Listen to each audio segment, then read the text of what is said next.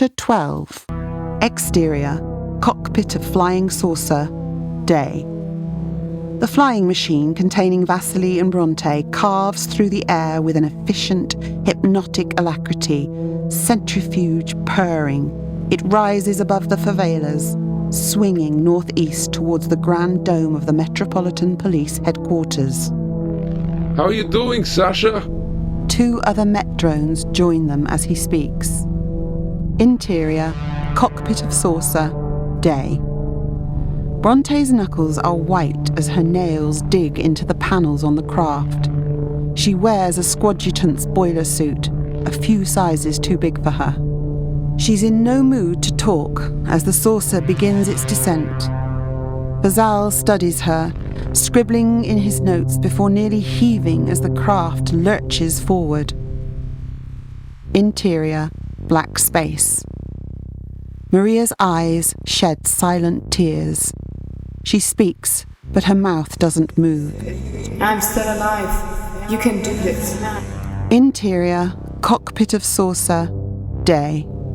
Brontay grabs Vasily's arm. Who's Maria? Vasily frowns. Fasal writes. How can you know that? I've been dreaming through someone else's eyes. No, my eyes, but in a different place. Yes. She removes her grasp and settles back down into the silence. Interior, palace control room, night. Montgomery eyeballs each of the other Congress board members as they watch the bank of monitors. Ingham screws her face up in disapproval. It is time, ladies and gentlemen. Insert. A doll-sized hyperreal projection of Brontay is brought into view on the monitors with Kutz and Montgomery. Her head is shaven and she sports a white jumpsuit. Scanlon and Featherblade sit to one side, pensive, alert, clutching submachine guns. They are sitting on the underground train carriage as it shoots through a tunnel. Watching on, Frank Nkono bites his lip. See you on the other side. Exterior, Hampstead Homestead, day. Trees line the surrounding walls of the overground building. They recede into the ground to reveal the Georgian magnificence of the mansion. Brontay waits with Kutz as Montgomery checks the perimeter. They approach the main entrance through the drive. The Adler is parked outside. McBride polishes the windows. Montgomery waves an arm through him. Tell me this virus of yours is holding down his firewall, Steve. Nothing looks different here. Scanlon and Featherblade keep their distance, trust being in short supply. Interior, palace control room, continuous. Cruz watches the monitor, moving hard light lines of code, gears and levers with his hand, swiping and shaping. The other Congress members watch him transfixed. He won't know what hit him, catch you. Exterior, Hampstead Homestead. Kutz nods to Montgomery, who thumps a ball of silver goo against the side of the Adler. Its molecules seep into the metalwork. From up my sleeve, asshole. No code to protect you now. He starts laying similar charges outside the house.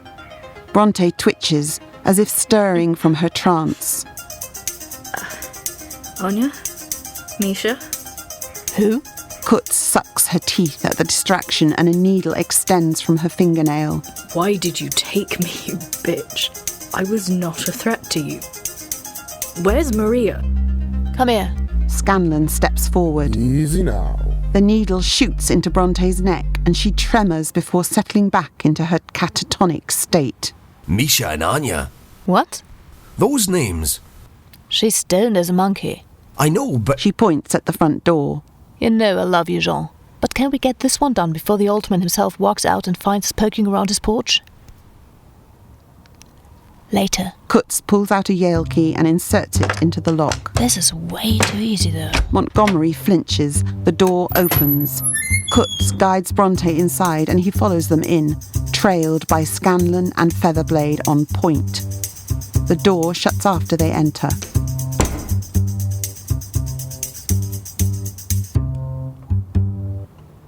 A black Ford Mustang rolls into the drive, pulling up next to the Adler. Deconstructed man looks like an early 70s Steve McQueen, leather jacket and toothpick wedged between his teeth. Even his face has been redesigned to resemble the long-dead film star. McBride doffs his cap to him. He examines Montgomery's charge, still dissolving into the frame of the Adler. Amateurs. The front door opens. Guinness attends. Obi-Wan, just the fella. I heard you was throwing a party. Deconstructed man enters the building. Guinness shuts the door behind them.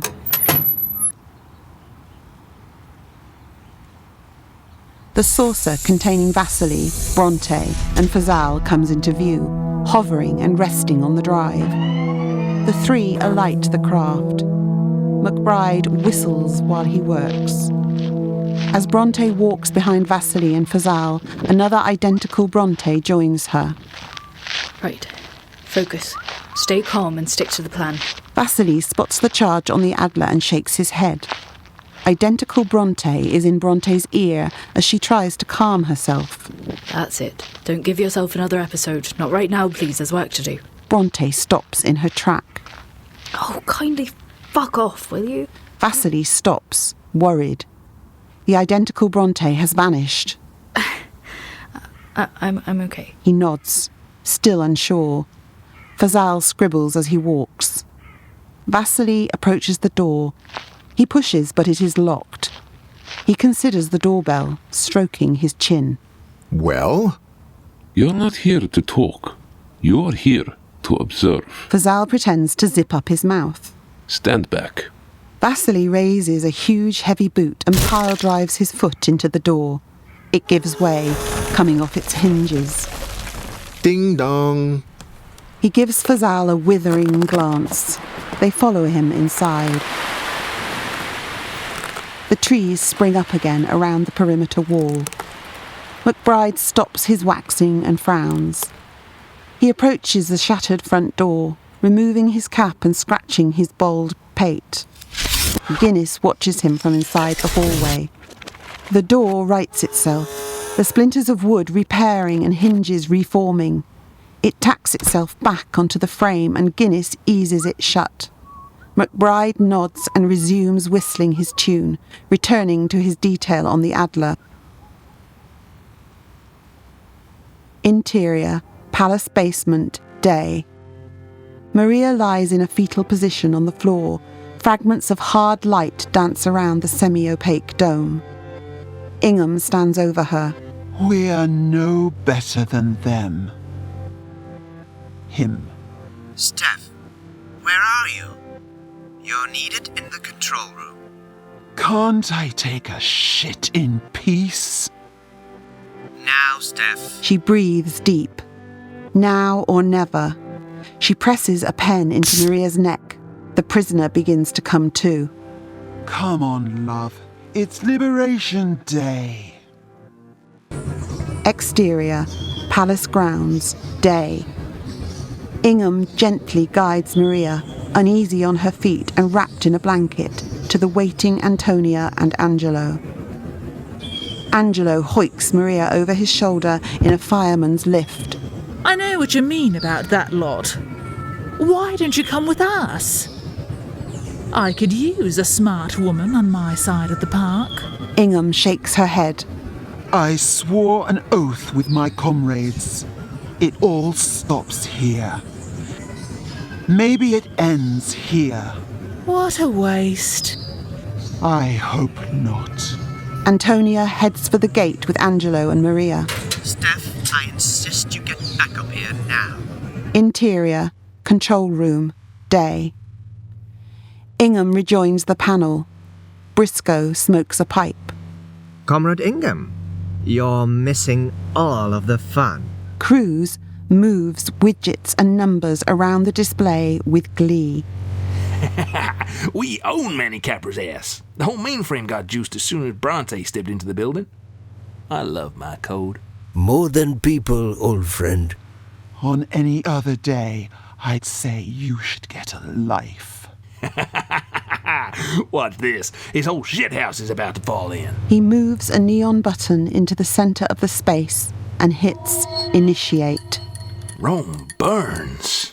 Interior, Voc House Parlour, day. Di Firenze sits drinking tea out of a china cup, looking like the bride of Frankenstein. Muller enters with a man in a gimp mask. Sebastian Muller. All the time is party time. A little pusho maybe for my muse to delicate? Mit oils und smells? Sniffy, slicky, flicky, clitty, licky too? Ya wobble and diddy do, Sebastian Muller. I applaud your appetite and stamina, and I... Di Firenze stops. Her jaw drops open.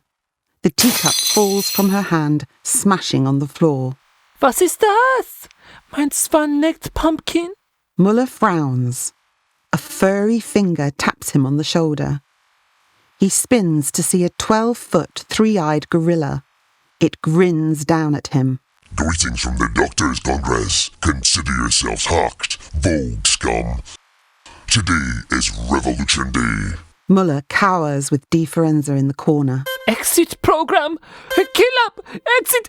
Exit! Di Firenze faints in Muller's arms. He drops her like a sack of potatoes. Interior, grand hallway, day. The long room has one door in the middle of a huge Renaissance fresco. Next to the door is a bust of Julius Caesar and a wooden bench. Vasily, Fazal and Brontay approach the door. She looks apprehensive. What's the harm in going with her? How well do you know him? Well enough. Then you should know that to play games with him only makes it worse. I know what to do. Yes. Brontay opens the door. I'll be right here, Sasha. And enters. The door shuts behind her. Vasily claps his hands and sits down. Fazal plays with the handle. A grandfather clock ticks. Don't even think about it. Fazal bites his tongue and sits next to Vasily. He pulls out his notebook. Can you fill a few gaps in for me while we have the time? Interior, grand hallway, day. No sign of Vasily or Fazal. Deconstructed man follows Guinness into the hallway, grinning like the Cheshire Cat. He taps the head of Caesar and enters through the boardroom door. Interior, grand hallway, day. No sign of the others.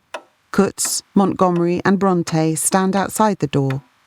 Scanlon and Featherblade remain on point, priming their weapons. For the millionth time, you won't be needing those. Our decision, Grandma. Whatever. Interior, control room, day. A champagne cork pops. Cruz takes a slug and passes the bottle to Ingham, who passes it to Briscoe. Cruz moves code around with glee, chewing a cigar. Who else can have a bad day? Comrade Briscoe, what's going on back there? His central system is full of my code, catch you? I'd say you could just walk in there and kick him square in the nuts.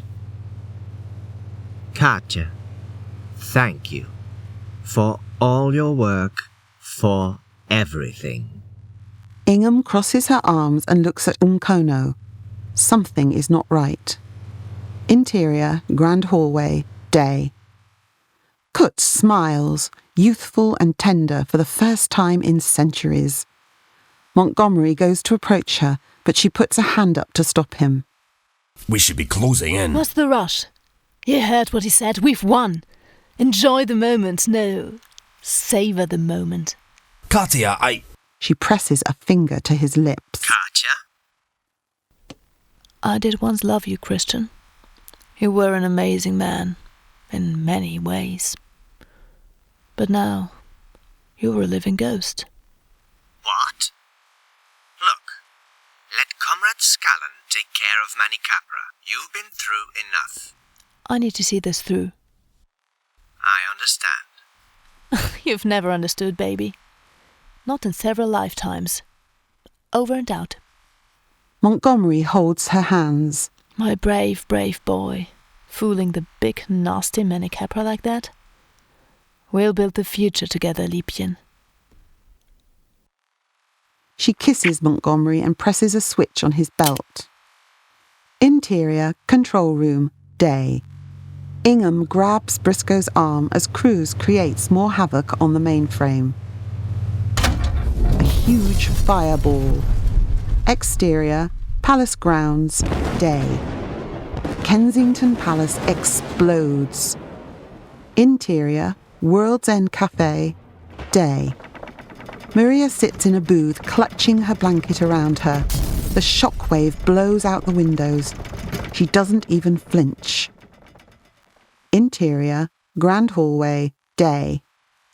Scandon and Featherblade train their guns on Kutz and Montgomery. Let me be the one to pop this bitch head, Duffress! I can't think of a reason to stop you. I can. Kutz uses Brontay as a human shield. Montgomery hits Scanlan with a haymaker, laying him flat. He raises his fists to fight Featherblade. Monty, allons-y, maintenant. Kutz eases Brontay through the door and Montgomery follows in their wake. The future is. Hail folk, hail vanity, hail you. More episodes soon. Subscribe.